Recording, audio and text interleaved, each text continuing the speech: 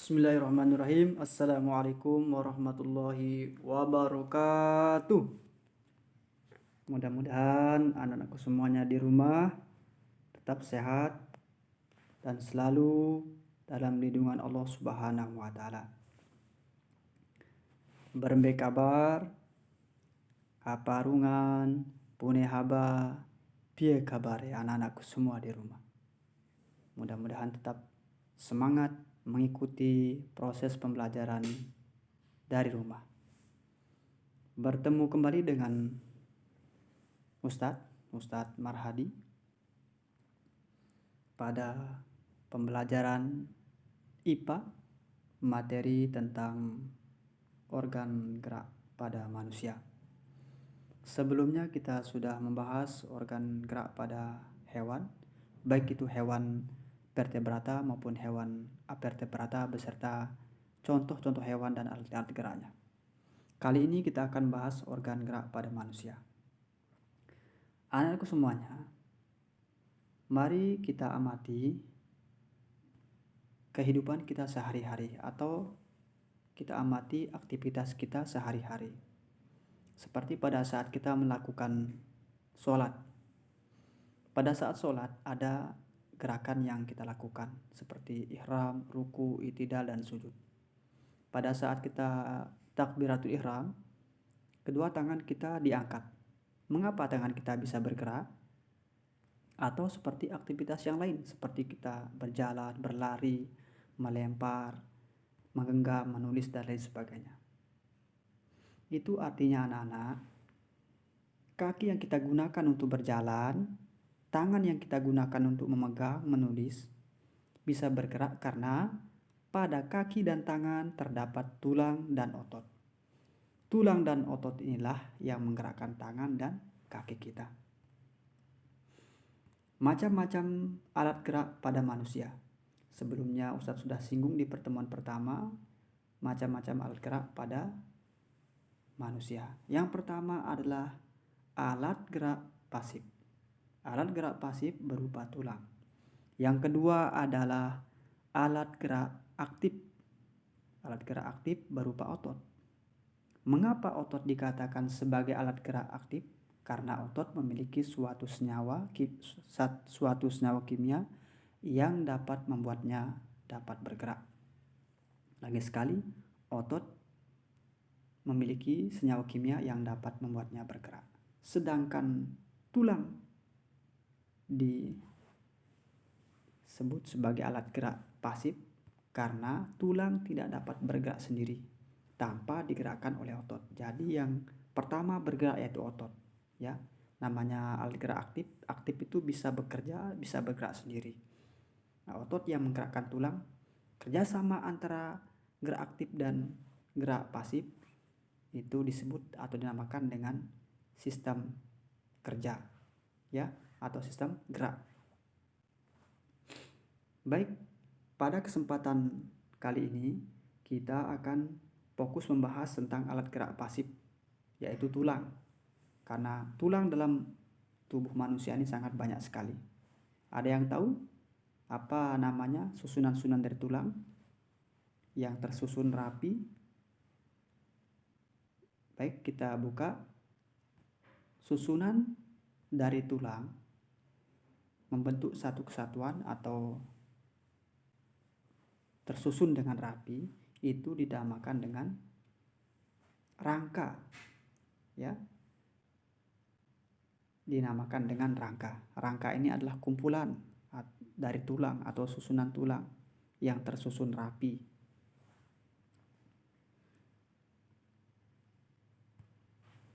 Ya, rangka tubuh manusia supaya kita mudah mempelajarinya itu dibagi menjadi 3 bagian. Bagian tengkorak, bagian badan, dan bagian anggota gerak. Ya, kita lihat di sini ya, dibagi menjadi 3 bagian.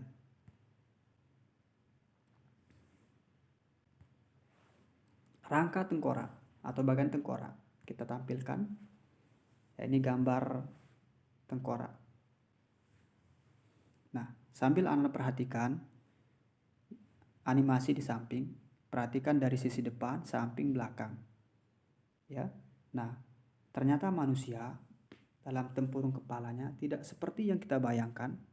Ini ternyata memiliki sekat-sekat atau bagian yang terpisah. Bagian-bagian ini memiliki nama tersendiri. Coba kita sebut namanya. Yang pertama tulang ubun-ubun, tulang pelipis, tulang tengkorak, tulang rahang bawah, tulang lidah, tulang rahang atas, tulang pipi, tulang hidung, tulang air mata, tulang biji, dan tulang dahi. Ya, berikutnya tulang badan, rangka badan. Ya, bagian badan. Kita tampilkan saja. Nah, ini adalah tulang bagian badan atau rangka bagian badan. Ada dua, tulang belakang dan tulang rusuk. Supaya kita mudah mempelajarinya, Ustadz tampilkan animasinya. Kita perhatikan. Nah, tulang belakang. Tulang belakang ini memiliki beberapa ruas. Ya, memiliki beberapa ruas. 7 ruas tulang leher, 12 ruas tulang punggung, 5 ruas tulang pinggang, 5 ruas lagi tulang kelangkang, dan terakhir 4 ruas tulang ekor. Nah, untuk memudahkan anak-anak mempelajarinya atau menghafalnya, mulai penyebutan dari angka. Contoh, lagi sekali, 7 ruas tulang leher, 12 ruas tulang punggung, 5 ruas tulang pinggang, 5 ruas tulang kelangkang, dan 4 ruas tulang ekor. Selanjutnya tulang rusuk. Tulang rusuk itu ada tulang dada dan tulang rusuk ya. Tulang dada itu ada bagian atas tulang dada hulu, tulang dada badan, dan tulang tajuk pedang yang seperti pedang. Nah, sedangkan tulang rusuk ada 3 macam, tulang rusuk sejati, tulang rusuk palsu, dan tulang rusuk melayang. Yang mana namanya tulang rusuk melayang? Ini, lihat di samping yang berwarna merah. Di atas warna merah ini itu tulang rusuk melayang, atau tulang rusuk palsu. Nah, tulang rusuk sejati yaitu tulang rusuk yang menghubungkan tulang belakang dengan tulang dada, tulang dada hulu, dada badan, dan tulang tajuk pedang. Baik, selanjutnya rangka anggota gerak. Rangka anggota gerak dibagi menjadi 2 bagian, yaitu rangka anggota gerak bagian atas dan rangka anggota gerak bagian bawah. Rangka anggota gerak bagian atas sering kita kenal dengan tangan. Itu dimulai dari tulang lengan atas, di atas siku-siku. Di bawahnya ada tulang pengupil, tulang hasta, tulang pergelangan tangan, dan tulang jari tangan. Nah, anak-anak, untuk membedakan tulang pengupil dan tulang hasta, perlu anak ketahui, yaitu kalau tulang pengupil itu tulangnya lebih besar daripada tulang hasta. Dan tulang pengupil itu segaris dengan tulang ibu jari. Selanjutnya, organ gerak bawah yang sering kita kenal dengan kaki. Kita mulai dari tulang paha. Di bawah tulang paha ada tulang tempurung lutut, tulang betis, tulang kering, tulang pergelangan kaki, tulang telapak kaki, dan tulang jari. Nah, tulang betis itu di belakang. Di belakang, sedangkan tulang kering di depan. Ukurannya lebih besar daripada tulang betis. Lanjut.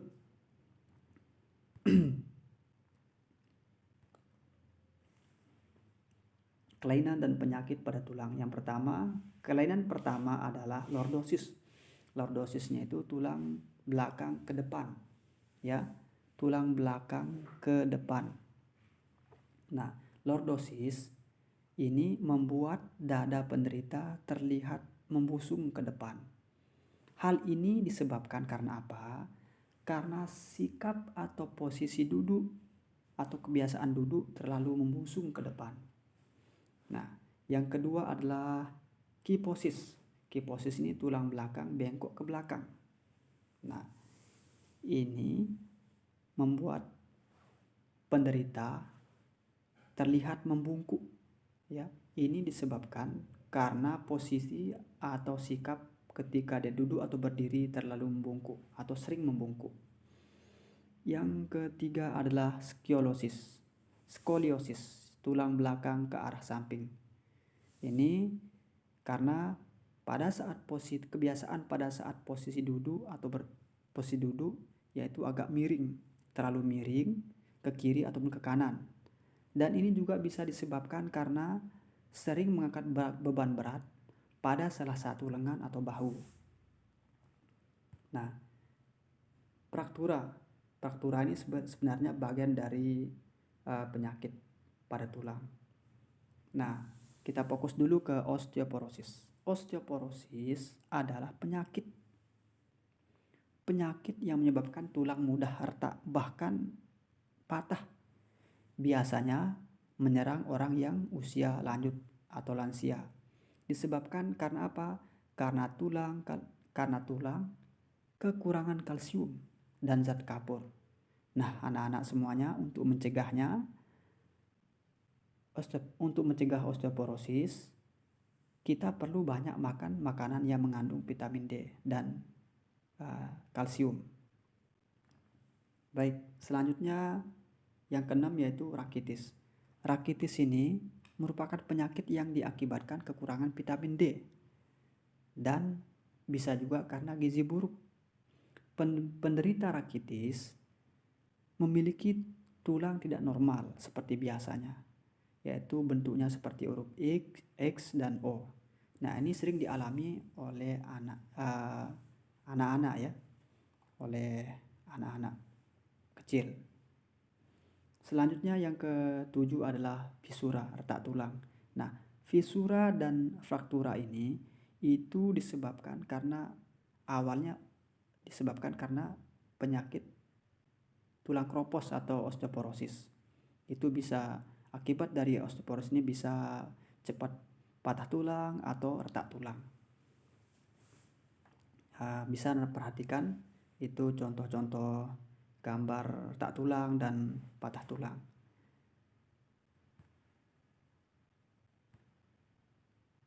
Ya, selanjutnya posisi duduk yang benar. Ustadz tampilkan bagaimana cara posisi duduk yang benar. Misalnya pada saat kita belajar ya, membaca atau menulis, atau kita sedang berada di depan layar komputer. Ini posisi duduk yang benar. Yang dikasih centang itu posisi duduk yang benar, sedangkan yang disilang itu posisi duduk yang salah. Berikutnya adalah fungsi rangka. Yang pertama, pemberi bentuk dan penegak tubuh. Yang kedua adalah tempat melekatnya otot. Jadi otot ini melekat pada tulang. Yang ketiga adalah pelindung organ dalam tubuh.